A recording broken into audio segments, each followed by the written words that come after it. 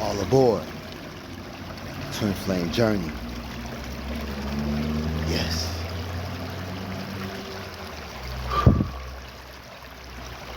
Part 5. We are reaching climax. You hear the sirens. By the way, that's not something I implanted in there. It happens like simultaneously, like spontaneously. Indeed. It's like they know when it's an emergency for them, you know? Getting closer, we're getting closer. We're about to arrive.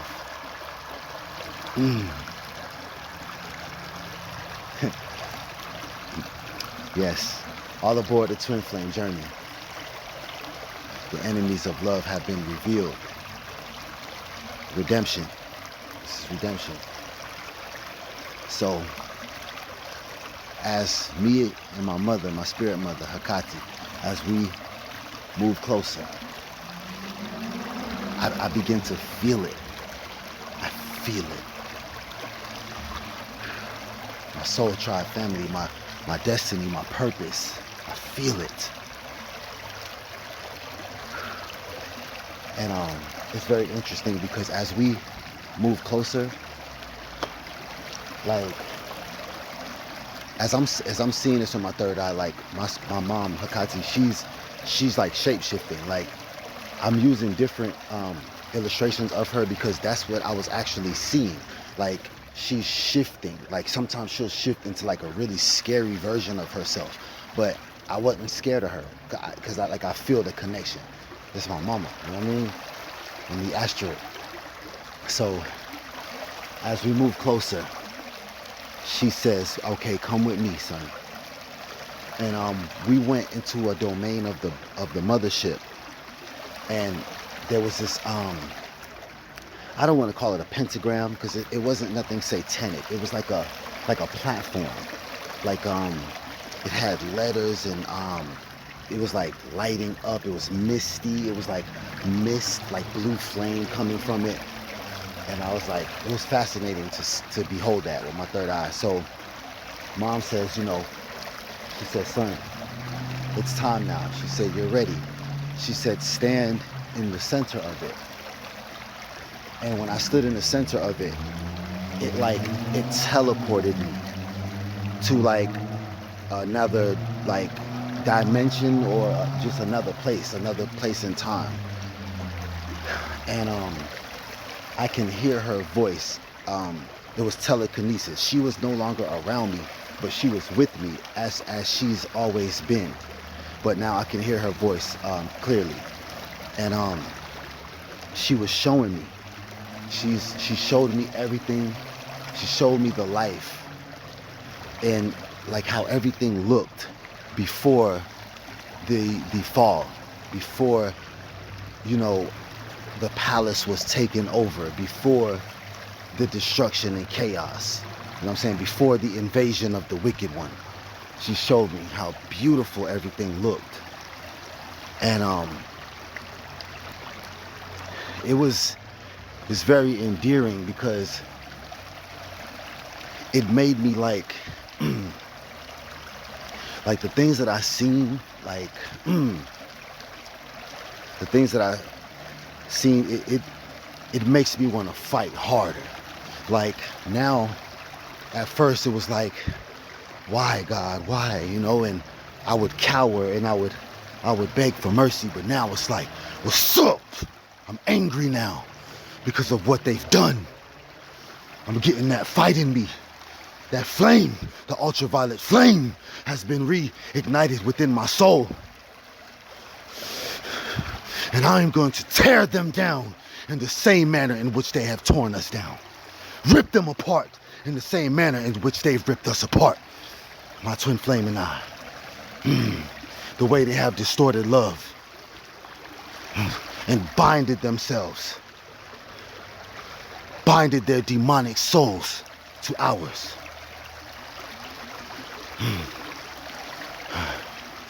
She showed me this is our home. And when the wicked one was released upon us and the masculine fell weak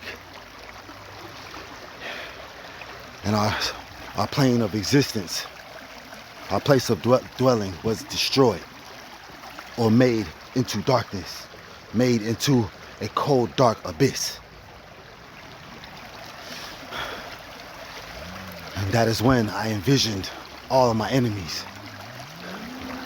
The karmic mother, the clone carbon copy, who put the veil over me, blocked my third eye, and pretended to be the one who is Hakati.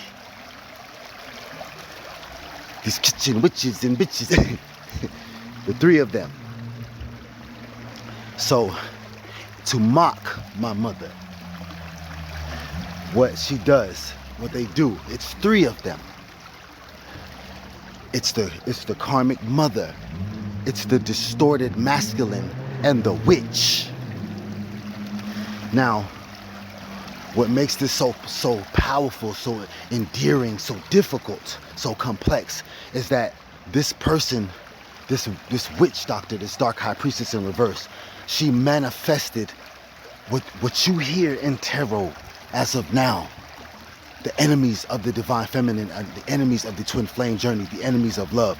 She has manifested this multiple times, manifested a betrayal multiple times, manifested a distorted masculine or the fall of the masculine multiple times. And that's where we get multiple betrayals from the crooked practitioner, from this one here in the coven, and it keeps happening, and it's gonna stop. Because my cries of despair have reached all the way to the 9D and beyond. She showed me where I accepted the assignment, because for so long I asked God, I wonder why do y'all allow me to go through this? It's torturous. I can't take it anymore. Why do you trust me so much? What is it about me? Why did you put this on my shoulders? And she showed me when I accepted the assignment. When I passed away due to their death spell, a very expensive death spell, along with poison of my food, and a death spell that was conducted with the ritual from someone overseas.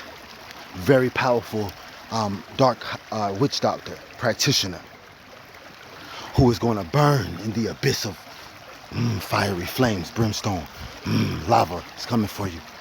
Yeah, we are coming for you. And when I passed away and I was clinically deceased, I went before them. They were cloaked, and it was Anubis, Ma'at, and Amun Ra. And my heart was put on the scale alongside of the feather. And my heart did not outweigh the feather. In fact, my heart was so heavy. Heavy was the heart. But there was a consideration made on behalf of the collective not to allow the chosen one to die with a broken, heavy heart, because these burdens were not mine to bear. They were placed upon me by evil people, the coven, the occult. They siphoned my energy and placed bear claws before my path and riddled my spirit with pain and suffering.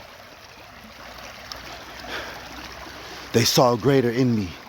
They saw the greater good. And there was a meeting that took place on my behalf, on behalf of the collective, on behalf of God's children. I was allowed to come back. And not only was I allowed to come back and return to my 3D body, 3D plane, my physical body, I was given upgrades. And they said that during the meeting, Anubis spoke to me and asked me if this was something, if this was an opportunity or obligation that I'm willing to accept. And I did not decline. And this is how they knew that I was the one for the job, the chosen one, the divine feminine of the collective.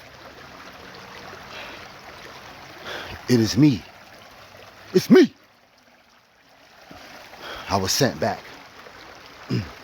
Sent back with the upgrades of necromancy, with the upgrades of hypersensitivity, intuitive capabilities, psychic abilities, I